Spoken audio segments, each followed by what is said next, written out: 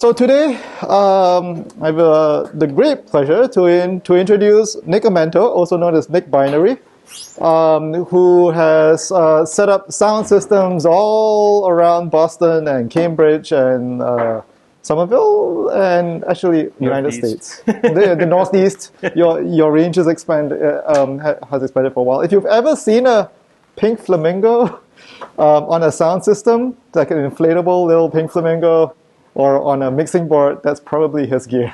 Underground events, you've done festival type events and concerts. You've done club installs. My go-to person when I have any question about how should sound work for dance, and I'm going to hand it over to him. So everyone, give him a warm welcome. Thank you. So as Philip said, I'm Nick. He asked me to come in and just talk about some of the experiences over the past 20 plus years of doing sound reinforcement. I actually started doing sound as a DJ. I used to be a psytrance DJ for about 12 years. We did a weekly in downtown Boston called Anicha back in 2003 at Club Vertigo. And after a while, the club sound system wasn't sufficient, so I built a few subs and few other things, repaired some amplifiers, and it just kind of got crazy from there. So now I own a production company. I don't DJ anymore, but I work with a lot of DJs. I mostly focus in live sound these days. So I've toured with MC Front a lot and some other nerdcore acts for many years. Helped out with a lot of festivals, different things. Along those lines, I do equipment repair for folks now.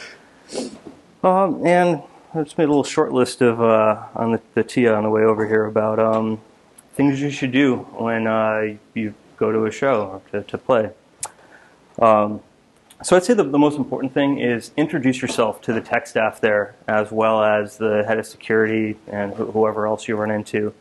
Introduce yourself to the audio person. Explain what you have. If possible, advance your show as much as you can. If you're getting backline, make sure you list out every single thing you need. Don't assume anything. If you need a microphone, make sure you ask for that. If, say, you meet the lighting person and you have special lighting requests, you can't do strobe lights for any reason, or you don't like a particular color. Or some folks even can't see if you just have red light or green light or such. So it's totally cool to kind of let people know about that, or let the lighting person know about that. And question: what is backline? Oh, backline. Yeah. Does everybody know what backline is? No? Okay. So backline is generally referred to as musical instruments, but that's carried over to DJ equipment. So backline is called backline because at a concert, all the equipment goes to the back of the stage and it's brought up as needed, so they just call that backline. So generally, you either provide your own backline or you, in advance, if you have a rider or if you contact your venue, establish what backline you need. And I would say only ask for backline you're actually going to use. I can't remember the number of times I've set up equipment for people that never used it. I mean, some of it's like redundancy in case two decks break. Sure, and there's a third that's deck. totally fair. Yeah. Okay. I'd say probably the most important thing, if you remember anything from me talking here, is to make sure you bring your headphones and not borrow headphones. And don't ask to borrow headphones unless you really, really know the person. I'd say that's one of the major offenses outside of redlining your entire set that I've had to deal with. Same goes for, although on newer mixers they have the 1/8" jack, the adapter for your headphones if you need to use a 1/4" jack. I usually buy like 20 packs of those and hand them out because people forget them all the time. Other thing I see a lot is going to focus with the redundancy. If you're playing with a controller and the venue or the club already has CDJs, it really doesn't hurt to put your tracks on a USB stick. So if you have a problem with your controller, something breaks, whatever, you can just jump on a CDJ and at least keep the show going. That said, if you bring a controller to a show and say you're playing in the middle of the lineup and there's CDJs set up, make sure you talk to the venue people or the stage manager, or whoever you're with, about how you're going to coordinate swapping the control over if you need any CDJs removed from the stage and so on. There's been so many times I've been at a show, someone's trying to move something around, they bump a turntable, skips a track, they accidentally unplug the running audio of the DJ playing, Or one of the worst was on a very, very large festival PA, someone decided to unplug the ground lead on a turntable. Oh. The noise that made probably woke up the rest of the festival. So just kind of be careful with that. Just be courteous, you know, and just be like, oh, it's my time to play. And just go in there and shove your deck in. And, you know, you don't make friends doing that. How does that sound? Mostly 50 hertz? very, very, in Europe. Oh, no, yeah, 60 very, hertz. very, very loud 60 hertz, more or less. But it's high enough in those harmonics that you'll not just hit subs, you'll hit the top of the PA too. But yeah, just be careful, you know, when you're working around a DJ who's playing. Along those lines too, don't be that person that at the end of your set, your time's up, just be like, oh, one more track. Unless you really, really know the person and it's kind of a low-key event, it's just kind of rude and just doesn't make you look good. Let's see. So you go over gain staging and things like that? Say what? Oh, I introduced gain staging last week, but it doesn't hurt to be reminded. Okay. So with modern controllers and mixers these days, everything's digital. So it's not like in the past on some mixers where you can get a particular sound by overdriving a channel or whatever. You're just going to drop bits on the floor and it's not going to sound very good. So it's very, very important to understand gain staging. You have, you know, your input channels, you have your trim knob. That's your preamplifier that's going onto your mixer. That then sets the level that goes to the bus of the mixer that goes out to the main output. If you have that jacked all the way up, there's nothing left for the mixer in its amplification in the later stages to amplify because you basically have a square wave at that point, and it's just going to sound like garbage. You don't want to do that. So really, redlining isn't headlining. You're just going to piss off the sound engineer and whoever else is there. But did you go over compression or anything like that? No, actually. Okay. So most large sound systems or most installed sound systems in clubs will have what's known as compression and limiting. So their processing in that PA will be set up such that if a sound level goes above a certain level, it'll actually turn it down. Or it'll just limit it, shave off the top. That really, really affects transients, clarity, just the overall body of the mix and what's coming out of that. You want to avoid that. So if some DJs turn up and your mixer starts redlining and it runs out of headroom, headroom is how much room you have left on your channel or capacity for the audio before you hit the top of that and you don't have any more level on that. So you just want to be really careful of that. So as you turn that up with a system compression, it's actually going to turn it down. I've seen some DJs, they're like, oh yeah, we'll watch our levels. They get 20 dB hotter. Do you go over dBs at all? I did not explain dBs. Okay. Basically, a decibel is the level of sound unit, how you measure how loud something is. It's really more complicated than that, but there's, you know, good reading if you want to look it up. It's pretty intuitive. It's designed to be intuitive to sort of human hearing. So like 1 dB is like the smallest amount most people can actually tell if there's any difference at all. dBA usually. Yeah, dBA. So there's a bunch of other stuff. Yeah, but anyway, let's not get into dBA and dBc. Don't redline. It won't make it sound better. You'll generally lose your low and high end. On some larger sound systems, like I use multi-band compression or multi-band limiting a lot. So I have a limiter set for each frequency band, your low, your mids, or your highs.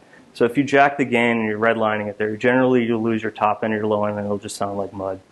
Along with gain levels and all of that, it's really, really important to play quality music. So if you have a 128K MP3 rip from Napster, you really like that Sam Storm track, it's not going to sound good on a large PA. It'll sound fine in your headphones, in your car, or laptop speakers. But an example of this is I recently did the audio installation and video and lighting for Man Ray, the nightclub that just opened, and we put in a D&B PA. It's a very, very high-end PA, and it can reproduce pretty much everything. You can hear a 1 dB EQ adjustment on it, which is great, except for when folks come in and they start playing really, really low-quality music. You can hear every bit of artifact, every bit of compression, all the digital noise in the high end. So it's worth it to spend a little extra money, get a quality track. I would say don't play anything lower than a 320 CBR. You don't want VPR MP3s. FLAC if you can, that kind of thing. If you're doing vinyl rips, don't. try to get a copy of the master track on that, because every vinyl, every time you play, it's going to sound differently. Just to clarify, CBR is constant bit rate, Right. so it's always 320 kilobits throughout the entire track. VBR is variable bit rate, and it's hard to get a specific number for any variable bit rate compression. It's implemented very differently, different ways too. So yeah, you just want to make sure you're at a 320, because if you have a really good sounding set, people will walk away with like, wow, that DJ really sounded better than the last one. It's worth the extra effort to get quality files for that. Let's see. The other thing is do all your drinking after your set. There's nothing worse than really trying to deal with someone who's wasted, trying to like play and they're just train wrecking everything. It's pretty awful. Wouldn't recommend it. And the other thing I see a lot of folks do is I'll see some DJs come in with like an index card, or now with laptops, they'll have their entire set pre-planned. And the number of times I've seen that work is very, very few. Obviously, you have a show that has a particular genre and you're playing for that genre. But it's instead of planning your set to be perfect and every mix to be perfectly on beat and no phase canceling your lows and all that, it's better to just read the crowd, see where they're going. Have, I call them buckets for the different kinds of tracks. Have your different buckets for the energy level or the type of the time of the night that music should be played, and just pick from those buckets and do your best mixing. Pretty much anybody can beat match. It's the track selection that's really the most important thing. So just read the crowd, see how it goes, and again, play for the time of the night. I see folks opening, they start out 145, like just slamming, just craziness, and it's like, guys, there's like 3 people here. What's going on? And then someone else will go on at prime time, and they're playing something completely inappropriate, and they just clear the dance floor in like 5 minutes. So yeah, really can't stress that. Play for the room. That's really the most important thing. It all comes down to that too. You want to show people an experience. You want them to have a good time, and you don't want to clear the dance floor. Oh, one thing that really helps too, so you don't forget something, is have a pack list. So when I do festivals or different shows, I have a spreadsheet and I have a pull sheet of everything that has to come out of the shop, everything that goes with it, every cable that goes with a piece of equipment, so I don't forget anything. So if you have a pack list, simple thing, spare USB, your controller, your headphones, an RCA cable, a few extra cables, whatever it is you have, even if it's only a few items, just keep a short list so you can look at it on your way out the door so you don't forget something. When you're advancing the show with the venue or the club, send them what you have. If you're bringing a controller such as that probably is exactly RCA. So the best thing you can do is bring a 6-foot or 10-foot RCA to RCA, because you can pretty much guarantee if you're going into a club, they're going to have a mixer. Doesn't really matter if that mixer has XLR or TRS out for the booth control. You plug that into their mixer. And you want to make sure, obviously, that uses a wall wart or an external power supply. So you want to make sure you have that with you as well. I've also seen a few times where folks will have controllers like that, and they'll have the external power supply, and the cable will just be like this giant ball of knots, and it'll fail halfway through. If your cable's starting to look a little ratty, you can get a replacement on Amazon really cheap and just carry around a spare power supply. That doesn't hurt. But yeah, if you're bringing a controller, you should bring the matching cable for it. Unless you're going to an event where that is going to be the main deck plugged into the PA, you don't really need to worry about if it's XLR, TRS, or all that. Most of the time, you're going to see at least 2 CDJs, if not 3 or 4, some of the venues. They'll all be linked together. Generally, the person playing before will just have one USB, and you say, okay, hey, I'm going to use this open deck. I'm going to put my USB in, and you mix into the track or however. So it's generally good to go up to the DJ, honestly, ideally before they're playing, just to kind of work that out with them. And just be like, hey, I have this controller or I have a USB. I'm just going to pop it in here, and then you just switch off that way. But again, don't want to ask for another track. If your set time's over, your set time should be over.